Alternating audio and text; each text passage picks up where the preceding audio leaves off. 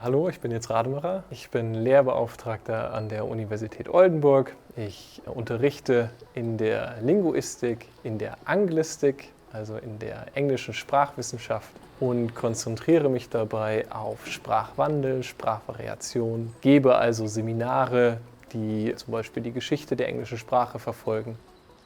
Es gibt immer eine Möglichkeit, Lehre gut und interessant zu gestalten. Das kann mit einer Methodenvielfalt erfolgen oder durch lustige Beispiele.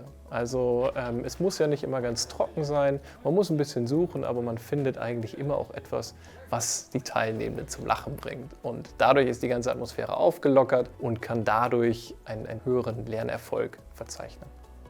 Ich verstehe meine Rolle als Dozent als jemand, der nicht nur Wissen vermittelt, sondern auch zum selber Denken, so plakativ das klingt, anregt.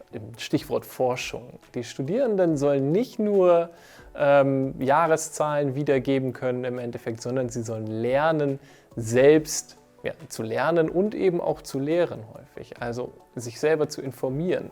All diese Kompetenzen gilt es zu betonen.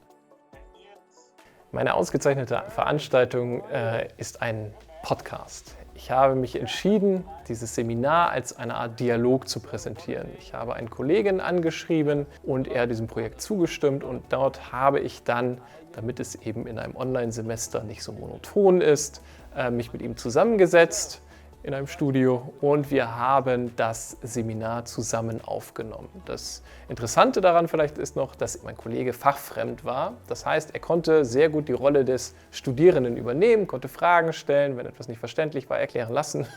Und somit wurde es alles etwas lockerer, etwas entspannter und die Studierenden haben das begeistert aufgenommen.